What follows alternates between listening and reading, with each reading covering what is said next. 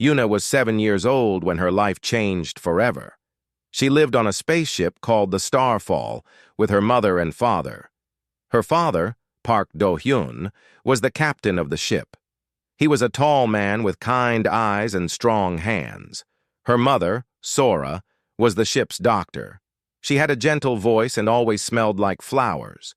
The Starfall was not a fancy ship. It was old and made strange sounds at night. But to Yuna, it was home.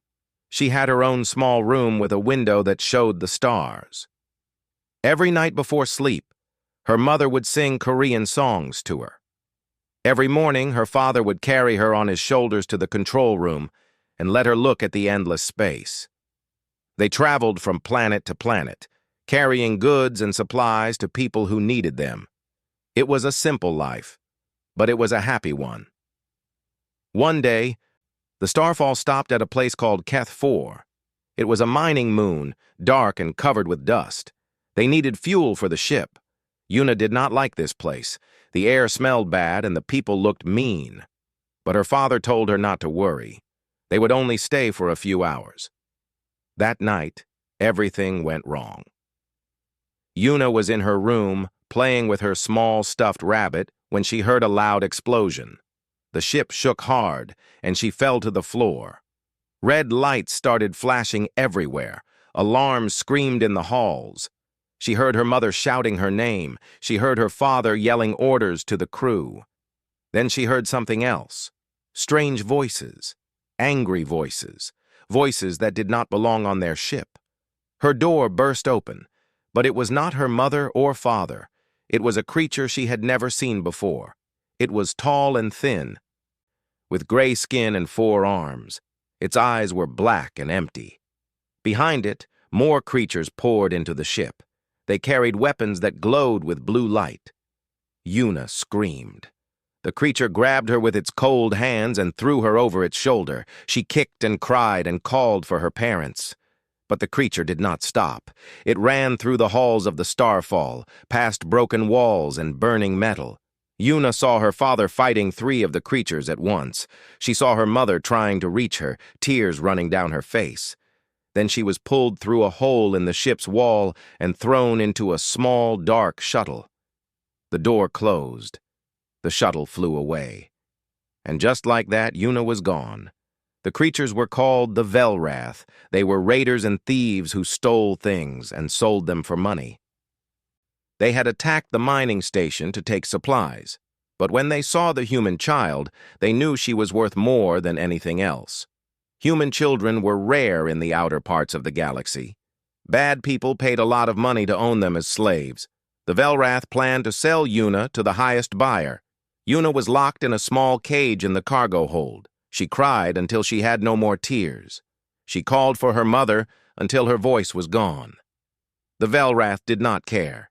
They laughed at her and poked her with sticks.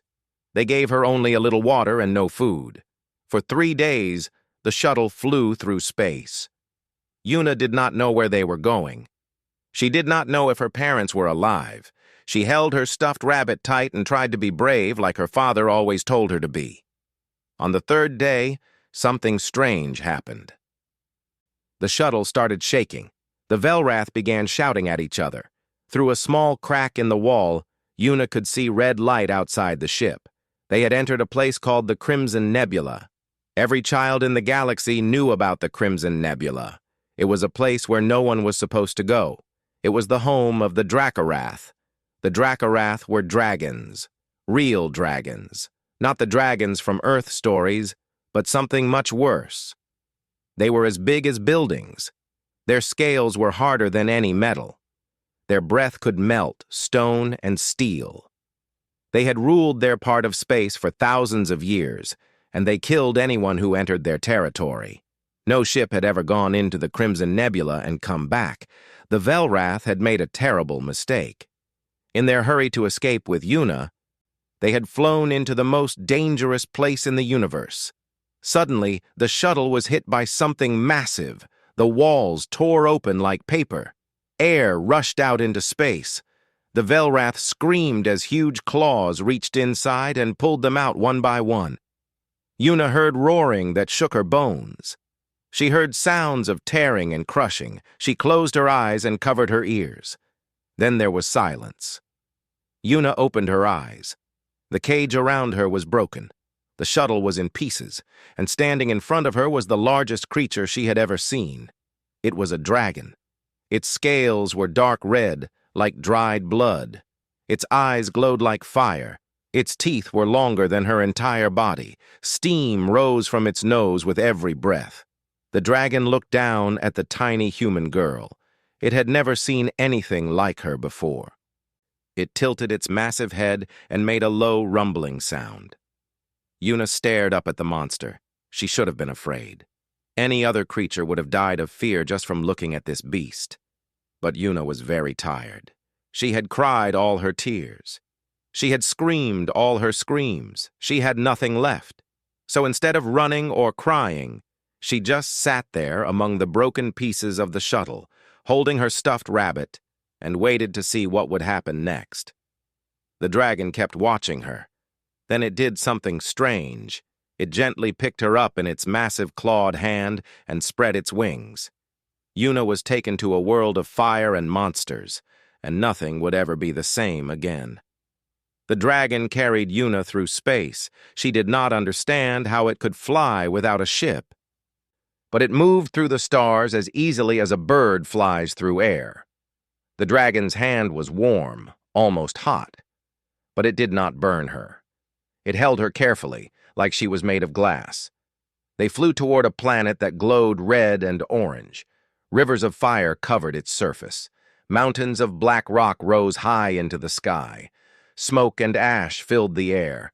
It looked like a world made of anger. This was Ashara Prime, the home of the Dracorath. The dragon landed on a platform made of dark stone. Other dragons were waiting there. They were all huge, all terrifying. Some had black scales. Some had scales of gold or silver. Their eyes burned with ancient fire. They looked at Yuna like she was an insect. The dragon that carried her set her down gently on the hot stone. Yuna's feet hurt from the heat, but she did not cry. She was too amazed by what she saw. The dragons spoke to each other in deep, rumbling voices. Their language sounded like thunder mixed with the cracking of fire. Yuna could not understand their words, but she could tell they were talking about her. Some pointed at her with their claws. Others made angry sounds. Then the biggest dragon of all came forward. This dragon was different from the others. It was larger, older, and more terrifying. Its scales were black as night, with lines of red running through them like veins of lava. A crown of sharp horns grew from its head. When it moved, the other dragons moved away to give it space. This was Vormak, the Alpha, the king of all dragons. Vormak lowered his massive head until his eye was level with Yuna. His eye was bigger than her whole body. It was golden, with a pupil like a black slit. She could see herself reflected in it. The great dragon breathed out, and hot air washed over her. It should have been scary. But Yuna noticed something. The breath was warm, not burning. The dragon had controlled its heat so it would not hurt her.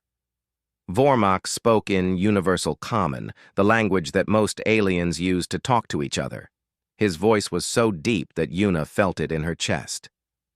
"What are you, little thing?" he asked. Yuna swallowed hard. Her throat was dry, but she remembered her father's words. Always be brave, always tell the truth. "I am Yuna," she said in a small voice. "I am a human. I am 7 years old." The dragons around her made sounds of surprise.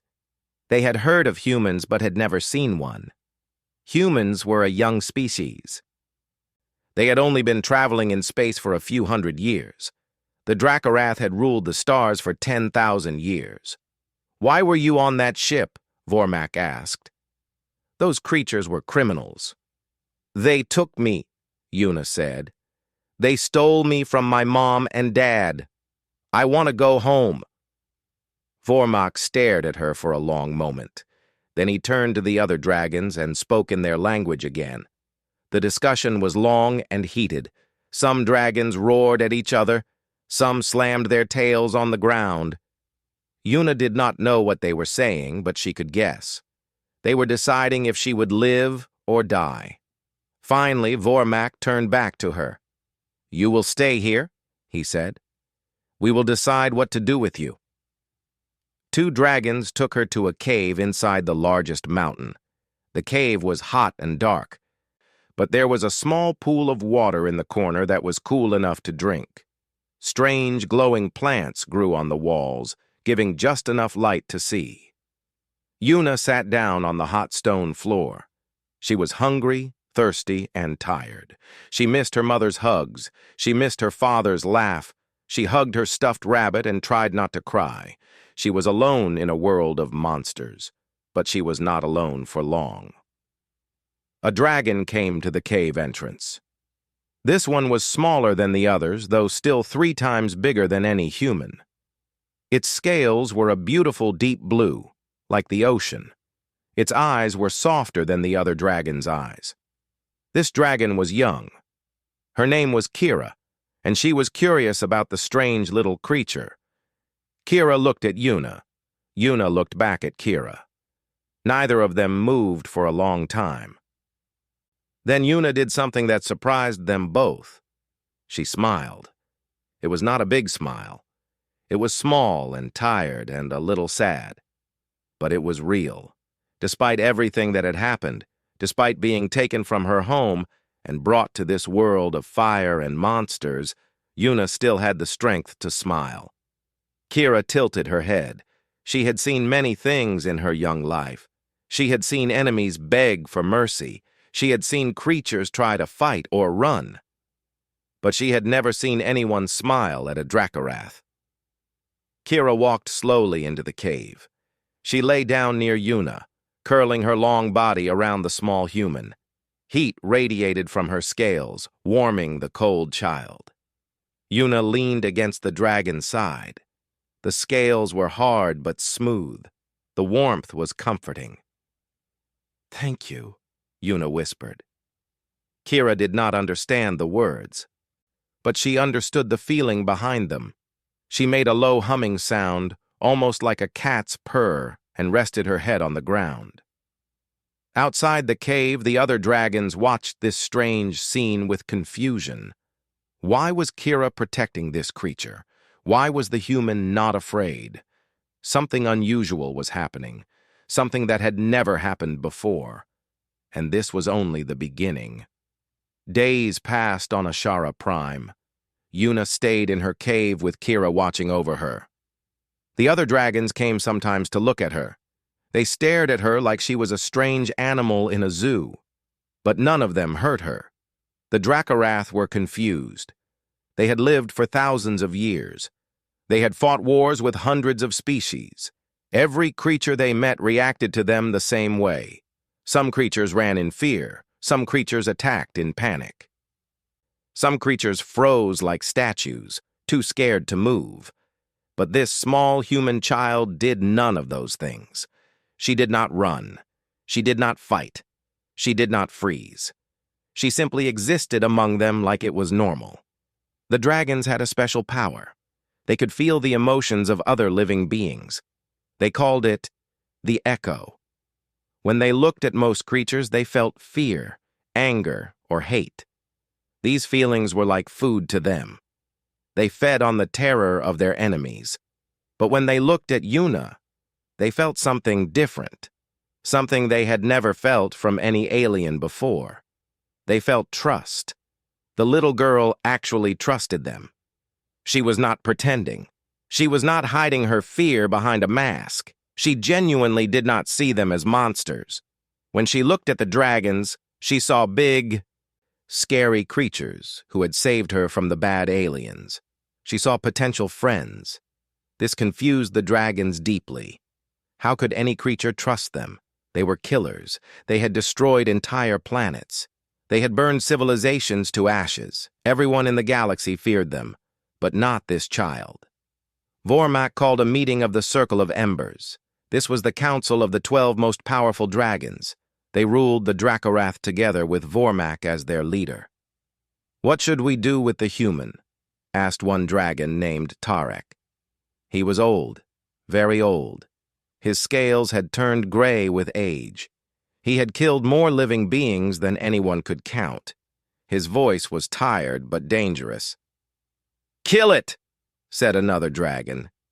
"Humans are spreading across the galaxy like a disease. Kill this one and send a message."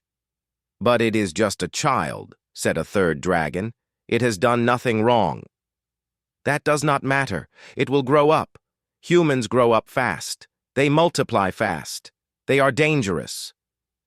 The debate went on for hours. Some dragons wanted to kill Yuna. Some wanted to keep her as a pet or a curiosity. Some wanted to study her to learn about humans. A few, like Kira, wanted to protect her. Then Tarek, the ancient one, said something that made everyone quiet. "I have watched the child," he said slowly. "I have felt her echo. There is no fear in her. None at all. Do you understand what this means?" The other dragons waited. "In 10,000 years, I have never met a creature without fear," Tarek continued. "Fear is natural. Fear is survival. Every living thing fears death. Every living thing fears us. But this child does not. She looks at us and sees something else, something we do not understand." "What are you saying, old one?" Formac asked. Tarek's golden eyes were thoughtful. "I am saying that perhaps we should learn why. Perhaps there is something in humans that we have never seen before, something that could change everything." The meeting ended without a decision, but things began to change. Kira started bringing Yuna food. The dragons ate meat, raw and bloody, but Kira found plants and fruits from the forest at the edge of the volcanic lands. She brought water in a bowl made of carved stone. She made a soft bed of leaves and moss for Yuna to sleep on. Other dragons started visiting too. They came to watch Yuna, to feel her echo. They were drawn to her like moths to a flame. The feeling of pure trust was like a drug to them. It was warm and sweet and strange. Yuna did not know any of this. She only knew that the dragons were being kind to her. So she was kind back. She drew pictures for them.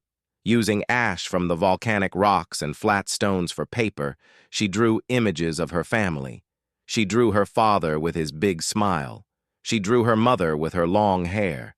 She drew the starfall flying through space. She drew herself standing next to a big dragon holding hands. The dragons gathered around to look at her drawings. They had never seen art like this. It was simple, like a child's drawing should be, but it showed something powerful. It showed that Yuna saw a future where humans and dragons could be friends. At night, Yuna sang songs. They were Korean lullabies that her mother had taught her. Her voice was small and sometimes out of tune, but the dragons listened in silence. The melodies were unlike anything they had heard. The songs spoke of love, of home, of hope. Tarek, the ancient killer, found himself sitting outside Yuna's cave every night, just to hear her sing. He told himself it was curiosity. He told himself it was research. But deep inside, something was changing. One night, Yuna walked up to Tarek. The old dragon was so large that his head alone was bigger than a house. His claws had torn apart starships. His fire had burned armies. Yuna looked up at him with her big brown eyes. Then she reached out and hugged his claw. "Thank you for listening to my songs, big friend," she said. Tarek felt something crack inside his chest. It was not a physical crack. It was something deeper. Something he had not felt in thousands of years. He felt warmth. Not the warmth of fire, the warmth of connection. And in that moment, the deadliest creature in the galaxy realized that he would destroy anyone who tried to hurt this little human girl. Far away from Ashara Prime, Captain Park Do-yun had not slept in 2 weeks. His eyes were red from crying and exhaustion. His hands shook from too much coffee. But he would not stop. He would never stop until he found his daughter. After the attack, Do-hyun and Sora had survived, but their ship was badly damaged. They sent out emergency signals to every human station in the sector. They told everyone what had happened. A human child had been kidnapped. A human child was somewhere in space, alone and afraid. The response was incredible. Humans came from everywhere. Military ships from Earth, cargo vessels from the outer colonies, private ships owned by families who had children of their own. They all answered the call. In just 10 days, a fleet of 37 ships had gathered. It was the largest human fleet ever assembled in this part of space. They tracked the Velrath shuttle's last known path. They followed the trail until they reached the edge of the Crimson Nebula. There, they found pieces of the shuttle floating in space. They found the bodies of the Velrath raiders, torn apart by claws and teeth, but they did not find Yuna. "She must be on their planet," Do-hyun said, his voice hard. "The dragons have her." Everyone knew what this meant. Going into Dracorath space was suicide. The dragons had technology far beyond human science. Their ships were faster, stronger, and more deadly. A human fleet against the Dracorath would be like ants fighting a giant. But Do-hyun did not care. "That is my daughter," he said. "I will fly into hell itself to bring her home." Sora stood beside her husband. Tears ran down her face, but her eyes were determined. "We are coming, Yuna. We are coming." The human fleet entered the Crimson Nebula. On Ashara Prime, Yuna had been with the dragons for almost 3 weeks. She had changed them in ways they could not explain. Kira now refused to leave Yuna's side. The young dragon had become Yuna's protector, her guardian, her best friend. When Yuna was cold, Kira warmed her with her body heat. When Yuna was hungry, Kira brought her food. When Yuna had nightmares about the kidnapping, Kira sang to her in the dragon tongue, deep rumbling sounds that chased away the bad dreams. The other dragons had changed too. They no longer talked about killing the human. They no longer saw her as an insect or a pet. They saw her as something new, something important. Tarek, the ancient warrior, had become Yuna's teacher. He taught her about the stars, about the history of the galaxy, about the Dracorath and their long, lonely existence. In return, Yuna taught him human words. She taught him how to say friend and love and family. The first time Tarek said the word love, his voice cracked. He had never said that word before in all his thousands of years of life. Even Vormak, the great Alpha, was affected. He visited Yuna's cave often now. He listened to her stories about Earth, about humans, about her parents. He asked many questions. He wanted to understand how such a small, weak creature could have such a powerful heart. "Your species is young," Vormak said one day.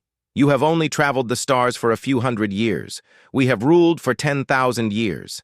And yet, there is something in you that we do not have." "What is that?" Yuna asked. Vormak thought for a long moment. "Hope," he finally said.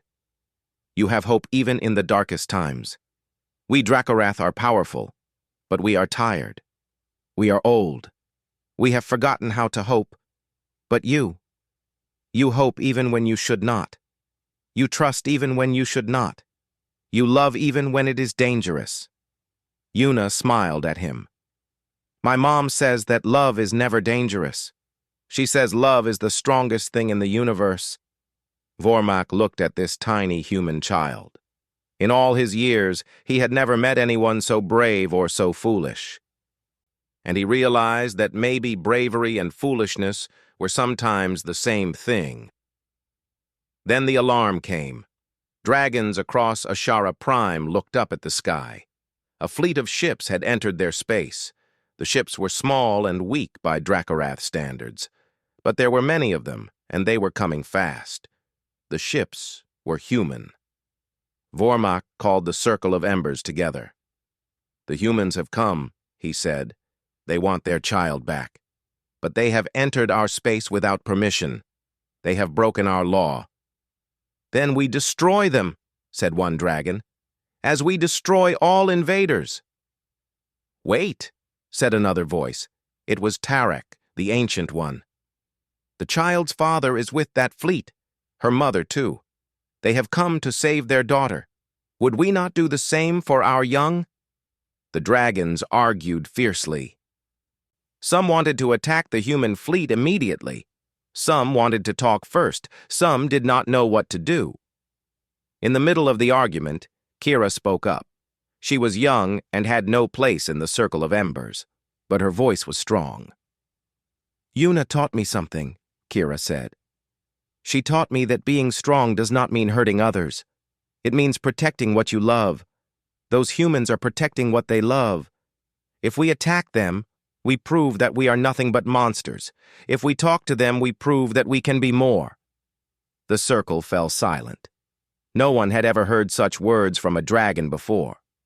Vormok made his decision. "Bring Yuna to my ship," he ordered.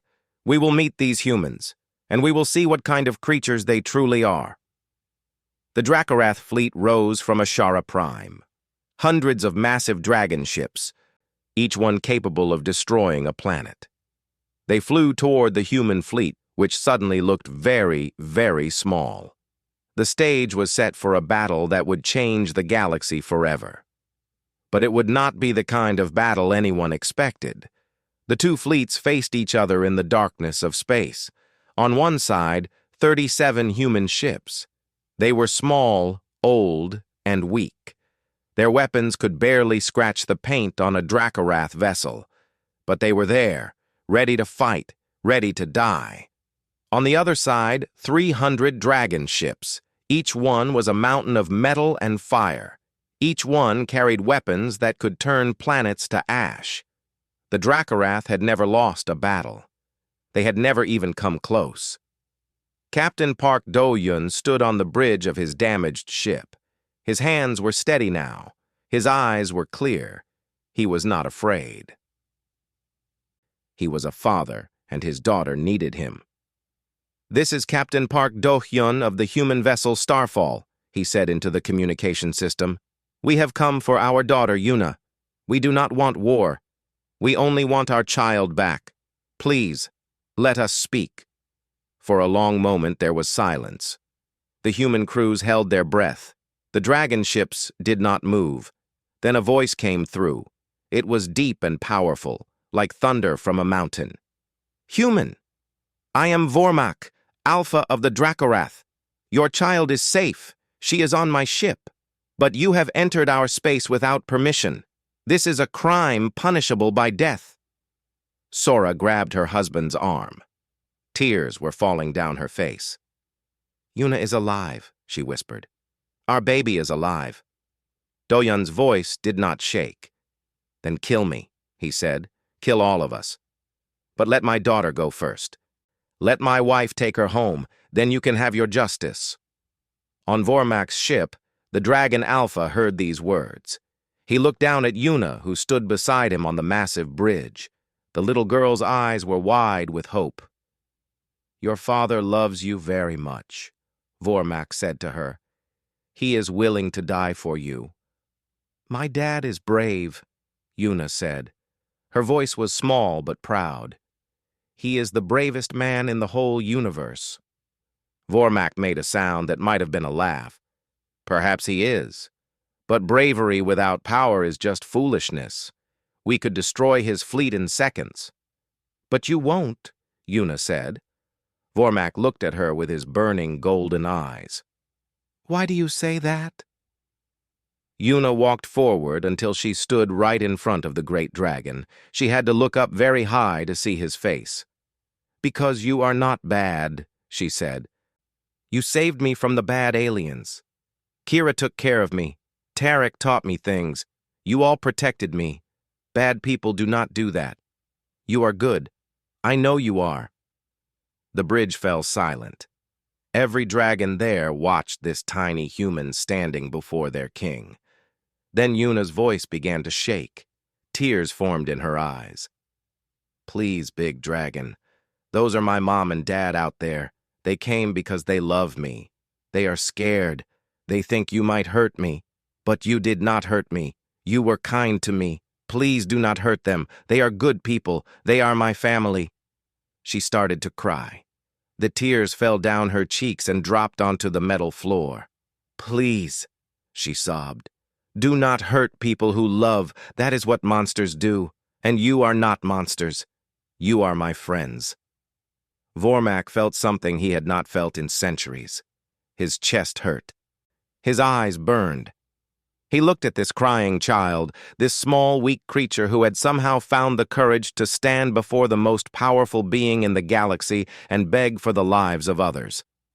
He thought about all the species the Dracorath had destroyed, all the civilizations they had burned, all the creatures who had feared them and hated them and died screaming their names as curses. He thought about what they had become, and then he thought about what they could be. Vormak lowered his massive head, his eyes closed. When he spoke, his voice was different. It was softer, it was tired, it was old. "You are correct, small one," he said. "We are not monsters, not anymore."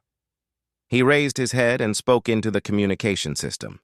"Human Captain, your daughter has spoken for you. She has defended you before the Circle of Embers. She has shown courage that warriors 100 times her age do not possess. For her sake, we will not fight today." On the human ships, people began to cry. They held each other. They could not believe what they were hearing. "We will return your child to you," Vormak continued, "and we will talk. For the first time in 10,000 years, the Dracorath will speak with another species, not as predators to prey, but as equals." A shuttle left Vormak's ship and flew toward the starfall. Yuna was inside, held gently in Kira's arms. The young dragon had refused to let anyone else carry her. When the shuttle landed, the doors opened. Do-Hyun and Sora rushed inside. They fell to their knees and wrapped their arms around their daughter. They cried and laughed and held her so tight they were afraid they might break her. "Mom, Dad," Yuna's voice was muffled against her mother's chest. "I missed you so much." "We missed you too, baby," Sora said through her tears. "We never stopped looking for you, not for 1 second. Do-Hyun could not speak. He just held his daughter and cried like he had not cried since he was a child himself. Then Yuna pulled back a little. "Mom, Dad, I want you to meet someone." She reached out and took Kira's massive claw in her small hand. "This is Kira. She is my friend. She took care of me when I was scared." Do-Hyun looked at the dragon. The dragon looked back at him. Two completely different creatures, from two completely different worlds. They should have been enemies. They should have been fighting to the death. But instead, Do-Hyun bowed his head. "Thank you," he said. "Thank you for protecting my daughter." Kira made a low, rumbling sound. Then she spoke in broken human language, words that Yuna had taught her. "Yuna is family. I protect family." From that day forward, everything changed. The Dracorath and the humans did not become friends overnight. Trust took time to build. There were many meetings, many talks, many moments of tension and fear. But they never went to war. They never fought, because they remembered a little girl who stood before monsters and saw friends. Years later, Yuna grew up to become the first human ambassador to the Dracorath Empire. Kira stayed by her side as her protector and her best friend. Together they built bridges between two species that should have been enemies. And whenever anyone asked how it all started, Yuna would smile and tell the story of how she was kidnapped by raiders, saved by dragons, and discovered the most powerful weapon in the universe. Not guns, not bombs, not fire or claws or teeth, love. Because humans were not dangerous because they could fight. Humans were dangerous because they could make monsters love them. And that was something no armor could stop, no weapon could defeat, and no empire could ever destroy. The galaxy would never be the same. And it all began with one small girl, one stuffed rabbit, and a smile.